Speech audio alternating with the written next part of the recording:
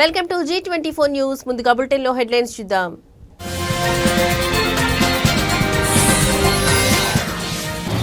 PDS బియ్యం పక్కదారి పడితే సహించేది లేదు. మంత్రి నాదెండ్ల మనోహర్ హెచ్చరిక.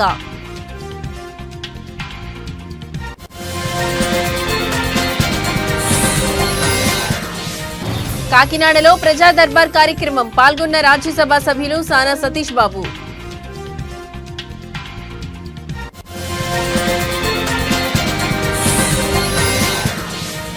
కొత్తపల్లి మత్స్యకారులకు ప్రభుత్వం అండగా ఉంటుంది. కాకినాడ జిల్లా కలెక్టర్ షణ్మోహన్ హామీ.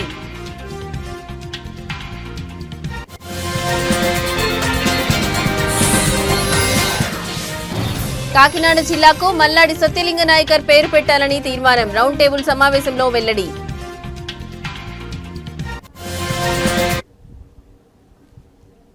పీడీఎస్ బియ్యం పక్కదారి పడితే సహించేది లేదని రాష్ట్ర పౌర సరఫరాల శాఖ మంత్రి నాదెండ్ల మనోహర్ హెచ్చరించారు.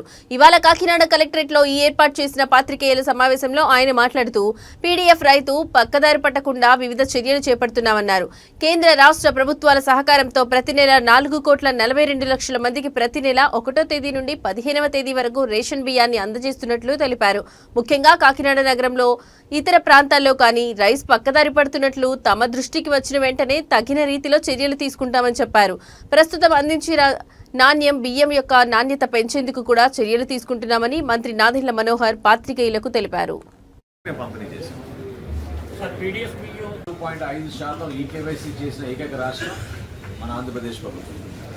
మన ప్రజలందరూ కూడా సహకరించారు. కొత్త రేషన్ కార్డు మనం డిస్ట్రిబ్యూట్ చేస్తాం. Rice cards, smart rice cards అవన్నీ కూడా క్యూఆర్ కోడ్తో ఉంటాయి. ఎక్కడైనా మార్పులు చేర్పులు ఉంటే ఇమ్మీడియట్గా డేటా బ్యాంక్ తోటి మేము అనుసంధానం చేసుకుని ఎప్పటికప్పుడు జరుగుతూ ఉంటాయి. ఒక్క నిమిషం, మా డేటా ఈ రోజు నా గ్రామ సచివాలయం, వార్డు సచివాలయం నుంచి వస్తుంది, అదేవిధంగా ఆధార్ నుంచి వస్తుంది. వీటితో పాటు మాకు కేంద్ర ప్రభుత్వం, రాష్ట్ర ప్రభుత్వం ఉన్న రిజిస్ట్రీ, బర్త్ అండ్ డెత్ రిజిస్ట్రీతో కూడా అనుసంధానం అయ్యి ఉంటుంది. సో ఎప్పటికప్పుడు ఆ మార్పులు జరిగే విధంగా మేము చర్యలు తీసుకుంటాం.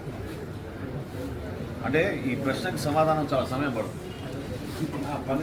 పీడీఎస్ రైస్ విషయంలో ఉక్కు పాదంతో ఖచ్చితంగా వినియోగదారుడికి ఉపయోగపడే విధంగా కేంద్ర ప్రభుత్వం, రాష్ట్ర ప్రభుత్వం సంయుక్తంగా చేస్తున్న ఈ కార్యక్రమం ఈరోజు రాష్ట్ర వ్యాప్తంగా 4,42,00,000 మందికి ప్రతి నెల 1వ తారీఖు నుంచి 15వ తారీఖు వరకు మన రేషన్ షాపుల ద్వారా సరఫరా చేస్తున్నాం.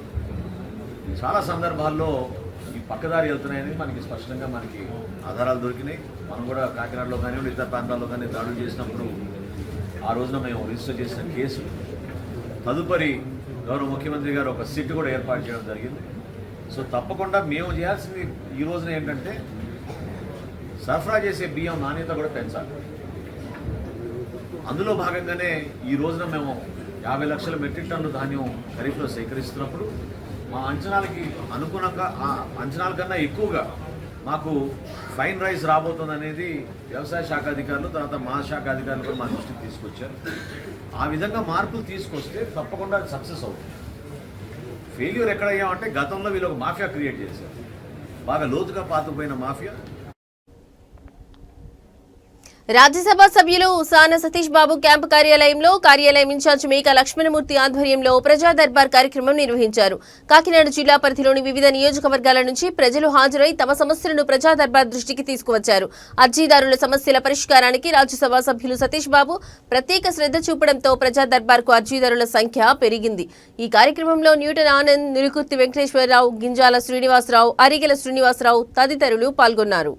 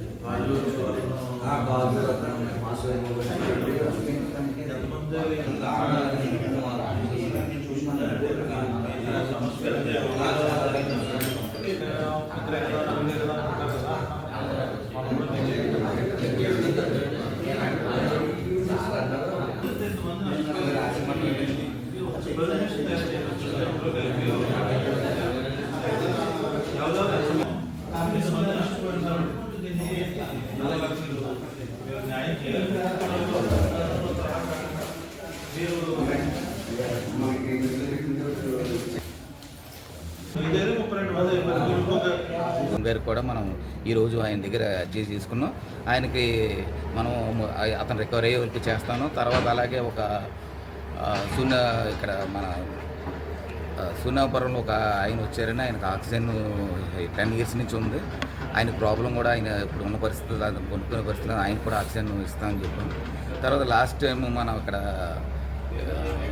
సిరిగలపల్లి లంకలోని ఒక ఆయనకి అతనికి హస్బెండ్ లేరు, ఆయనకి ఒక 2 పిల్లలు, వారికి ఇల్లు కట్టిస్తున్నామండి. యాక్చువల్గా స్కెల్టన్గా ఉన్న బిల్డింగ్ని మనం మొత్తం రీమోడలింగ్ చేసి మనం అక్కడ చేస్తున్నాం సిరిగలపల్లి లంకలో. అది నెక్స్ట్ వీక్లో అది కోఆపరేషన్ చేస్తామండి. తర్వాత నా దగ్గర ఒక 3 లక్షల నుంచి 4 లక్షలు ఖర్చు అవుతుందండి ఇది.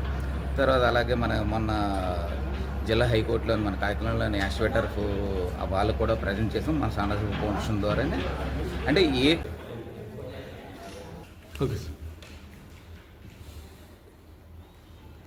అందరికీ నమస్కారం అండి. 21వ ప్రజా దర్బార్కి స్వాగతం. ఎంపీ గౌరవనీయులు ఎంపీ శ్రీ సానా సతీష్ బాబు గారు ఆఫీసులో ప్రతి శుక్రవారం జరిగే 21వ ప్రజా కాకినాడ జిల్లా కొత్తపల్లి మండలంలోని మత్స్యకారులు భయపడాల్సిన అవసరం లేదని, ప్రభుత్వం వారికి అండగా ఉంటుందని కాకినాడ జిల్లా కలెక్టర్ షణ్మోహన్ హామీ ఇచ్చారు. ఎమ్మెల్సీ పద్మశ్రీతో కలిసి కొత్తపల్లిలో పర్యటించిన అనంతరం ఆయన మాట్లాడారు. ఇటువంటి విపత్కర పరిస్థితిని తాను తొలిసారి చూశానని, మత్స్యకారుల జీవితాలకు భరోసా కల్పిస్తామని తెలిపారు. ఈ సందర్భంగా ఇక్కడి పరిస్థితులను ఎమ్మెల్సీ పద్మశ్రీ కలెక్టర్కు వివరించారు.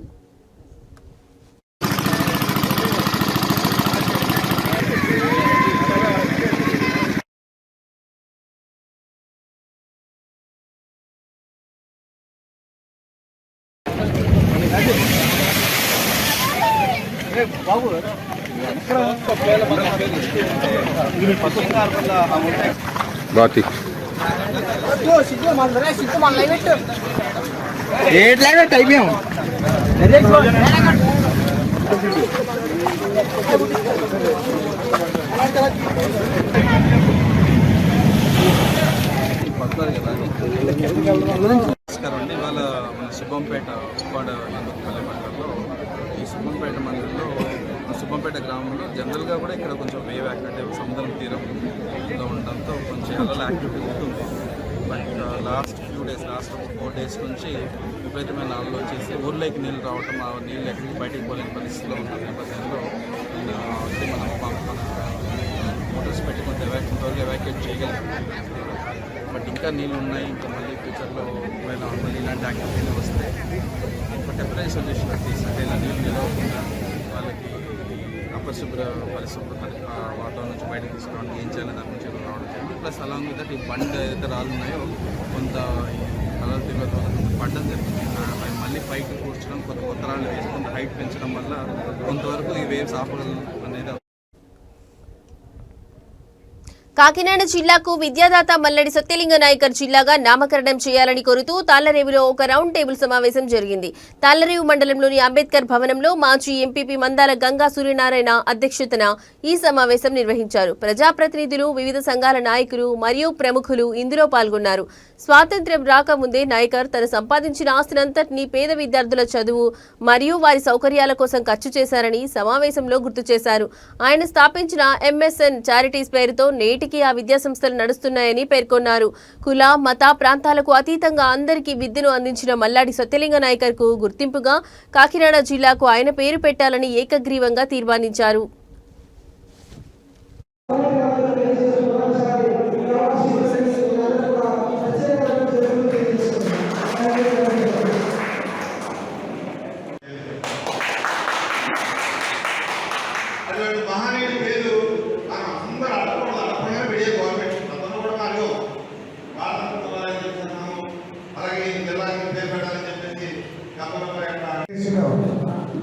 ఇవ్వడమే అనుకున్నాం, కానీ ఇంత జనం వచ్చారంటే అందరూ కూడా ఆయన మీద భక్తి, ఆ భక్తి ఈ విధంగా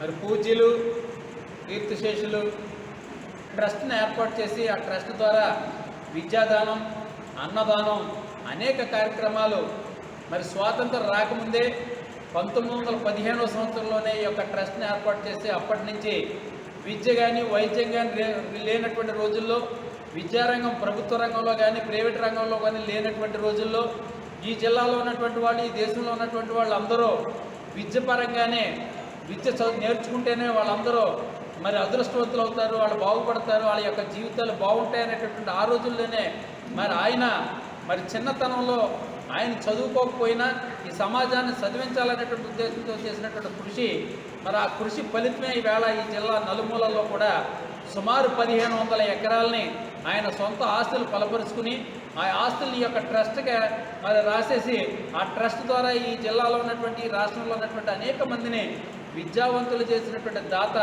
మరి పెద్దలు కీర్తిశేషులు మల్లాడి సత్యలింగ నాయకర్ గారి యొక్క నామకరణ ఈ జిల్లాకు చేయాలనేటువంటి 4 రోజుల క్రితం 16 సంవత్సరాల దళిత మైనర్ బాలికను ప్రేమ పేరుతో మోసం చేసి 2 యువకులు అత్యాచారానికి పాల్పడిన ఘటన గోకవరంలో చోటు చేసుకుంది. దీనిపై పోలీసు అధికారులు కేసు నమోదు చేసి దర్యాప్తు చేపట్టారు. ఇందులో భాగంగానే జగ్గంపేట నియోజకవర్గ వైసీపీ పార్టీ ఇన్ఛార్జి తోట నరసింహం, తోట రాంపై, వైసీపీ నాయకులు, రాష్ట్ర ఎస్సీ సెల్ అధికార ప్రతినిధి గుల్లా ఏడుకొండలు, జిల్లా మహిళా అధ్యక్షురాలు సుజాత, ఎంపీపీ సుంకర శ్రీవల్లి వీరబాబు, మండల వైసీపీ నాయకులు అత్యాచారానికి పాల్పడిన మైనర్ బాలిక కుటుంబ సభ్యులను పరామర్శించారు. ఈ సందర్భంగా వైసీపీ పార్టీ ఇన్ఛార్జ్ తోట నరసింహం మాట్లాడుతూ 16 సంవత్సరాల మైనర్ బాలికపై అత్యాచారానికి పాల్పడిన దుండగులను ప్రభుత్వం కఠినంగా శిక్షించాలన్నారు. మళ్లీ ఇలాంటి సంఘటనలు పునరావృతం కాకుండా పోలీసు అధికారులు చర్యలు తీసుకోవాలని డిమాండ్ చేశారు. ఈ 4 అయింది సార్ మేము రిపోర్ట్ ఇచ్చి, ఇప్పుడు కూడా మాకు రిపోర్ట్ ఏమైందని చెప్పలేదు, వాళ్ళు జైలు కూడా తీసుకెళ్ళలేదు సార్. మాకు వెనకాల ఎవరు లేదు సార్.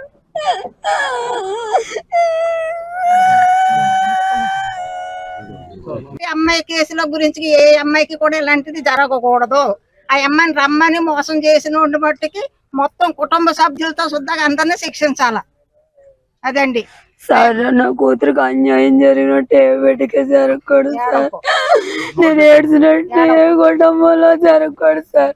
నా కూతురు భయంలోంచి బయటపడాలంటే నా కొడుకులు శక్తి తీయాలి సార్. అమ్మాయిని ఇందాక కూడా హాస్పిటల్ తీసుకెళ్లి శిలను పెడుతుంటే వాళ్ళు హాస్పిటల్కి వచ్చారని అనుభూతిలో శిలను పీక్కొని పారిపోయింది సార్. అరెస్ట్ చేశారండి వాళ్ళని.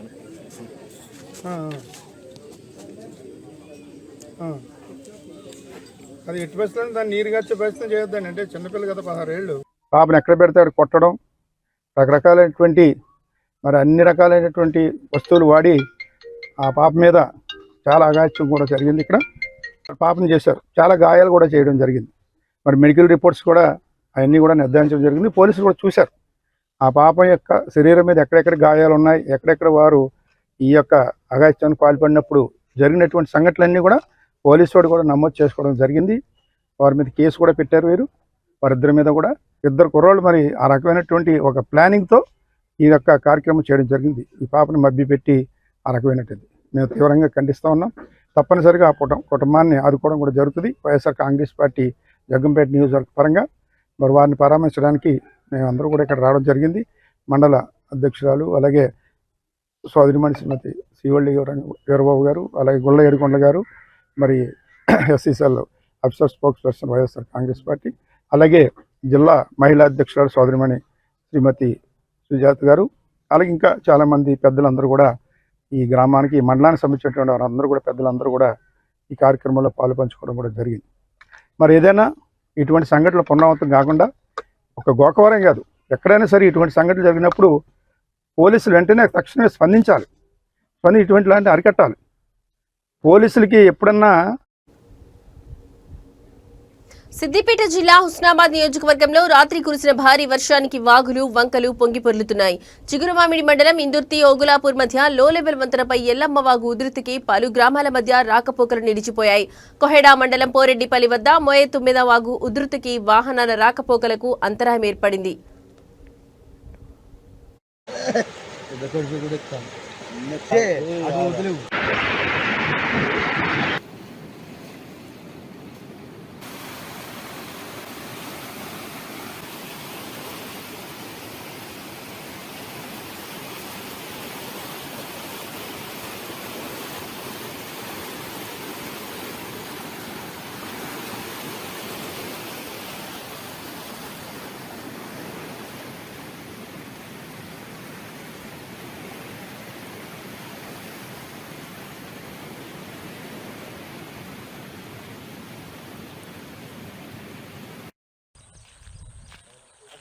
మరి అప్పుడు 6 తోడు కొట్టిందామా ఏ సంవత్సరం చక్కగా 16కి 5 తోడు పడక అంతే కొట్టు పారంగింది అది.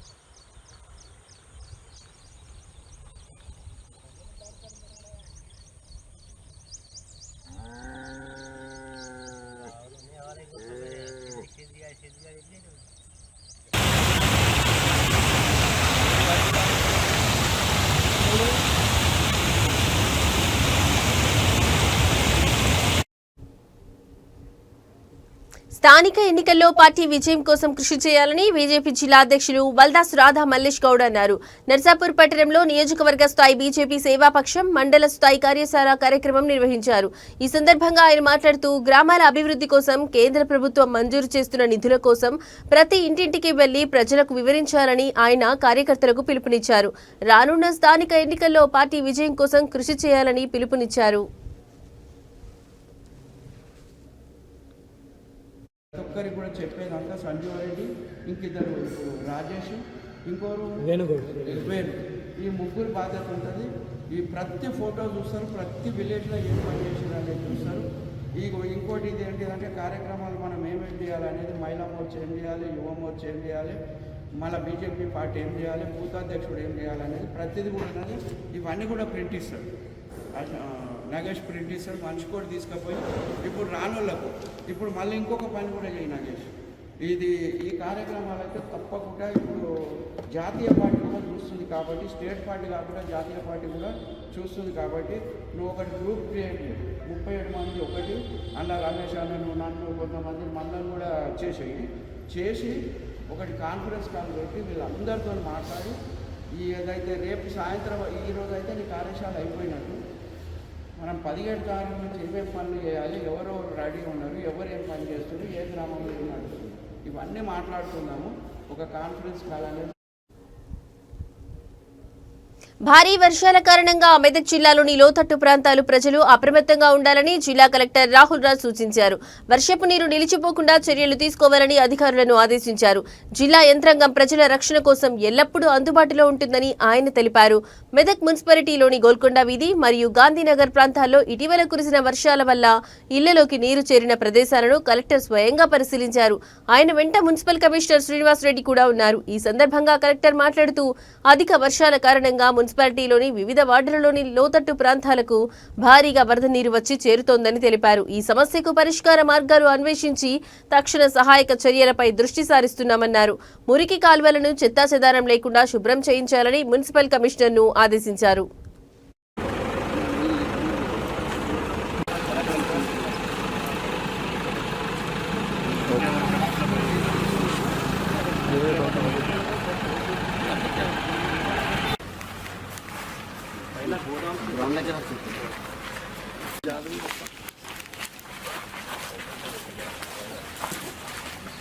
पूरा थोड़ा अच्छा रहता है पेमेंट पेमेंट जो गिरा ना आपको 1 लाख बेसमेंट का पेमेंट गिरा जल्दी फाइनल నీటిలో వచ్చినాయా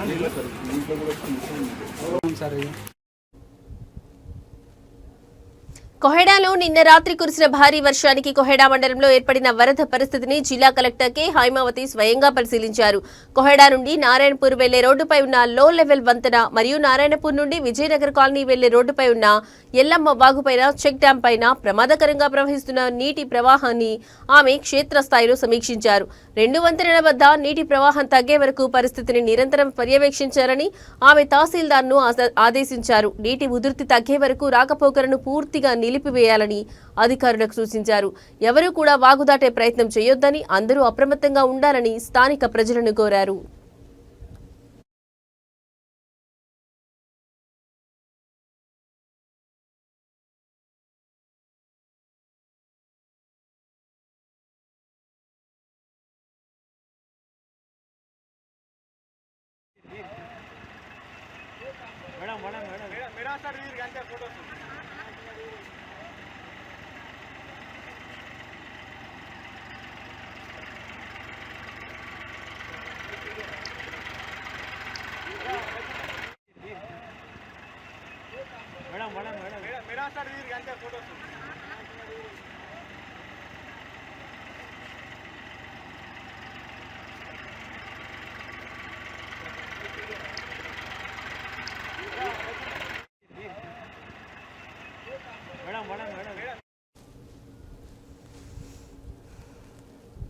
గ్రూప్ 1 పరీక్షల రద్దుకు సంబంధించి కోర్టు నిర్ణయాన్ని దృష్టిలో పెట్టుకుని బీఆర్ఎస్ పార్టీ బీజేపీ పార్టీలు రాక్షసానందాన్ని పొందడం దురదృష్టకరమని మంత్రి పొన్నం ప్రభాకర్ అన్నారు. సిద్దిపేట జిల్లా హుస్నాబాద్ ఎల్లమ్మ చెరువును సందర్శించి గంగమ్మ తల్లికి మంత్రి ప్రత్యేక పూజలు చేసి మాట్లాడారు. ప్రజాపాలన ప్రభుత్వంలో తెలంగాణ పోరాటానికి మూలమైనటువంటి నీళ్లు, నిధులు, నియామకాల్లో చాలా జాగ్రత్తగా వ్యవహరిస్తున్నామన్నారు. ఉద్యోగాల నియామకాలకు సంబంధించి గత ప్రభుత్వం తీసుకున్న అనేక నిర్ణయాలు వివాదాస్పదమై పెండింగ్ లో ఉన్న పరిస్థితుల్లో వాటన్నింటినీ పరిష్కరించి దాదాపు 65,000 ఉద్యోగాలు ఇచ్చామని వెల్లడించారు. గ్రూప్ 1 పరీక్షల నిర్వహణ విషయంలో కొన్ని లోపాలున్నాయని, మరికొన్ని కారణాలతో కోర్టు ఒక నిర్ణయం తీసుకుందని, కోర్టు నిర్ణయాన్ని అందరూ స్వాగతించాలన్నారు.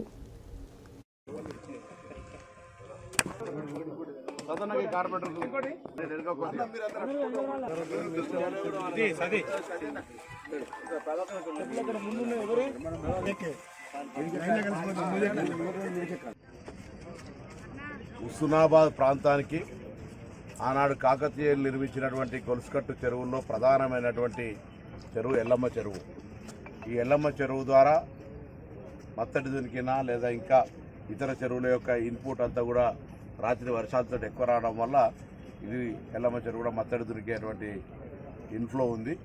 అందుకే గంగమ్మ తల్లికి పూజ చేసి అందరిని చల్లంగా చూసి పాడి పంటలతోటి ఆరోగ్యాలతో ఉండే విధంగా ఆశీర్వదించి మనం ఆ గంగమ్మ తల్లిని ప్రార్థించడం. హుస్నాబాద్ నియోజకవర్గంలో కూడా నిన్నటి వర్షాలతోటి అన్ని చెరువులు, కుంటాలు అన్నీ కూడా మంచి నిండుగా జలకళను అలంకరించుకున్నాయి.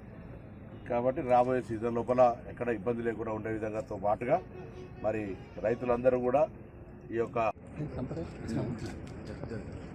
తెలంగాణ ప్రజాపాలన ప్రభుత్వంలో అసలు తెలంగాణ పోరాటానికి మూలమైనటువంటి నీళ్లు, నిధులు, నియామకాలకు సంబంధించి చాలా జాగ్రత్తగా వ్యవహారం చేస్తూ ఉన్నాం.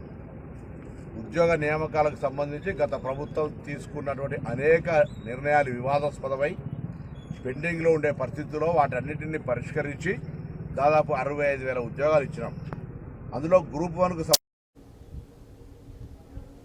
ఇవి ఇప్పటివరకున్న బులెటిన్ అప్డేట్స్. నమస్తే.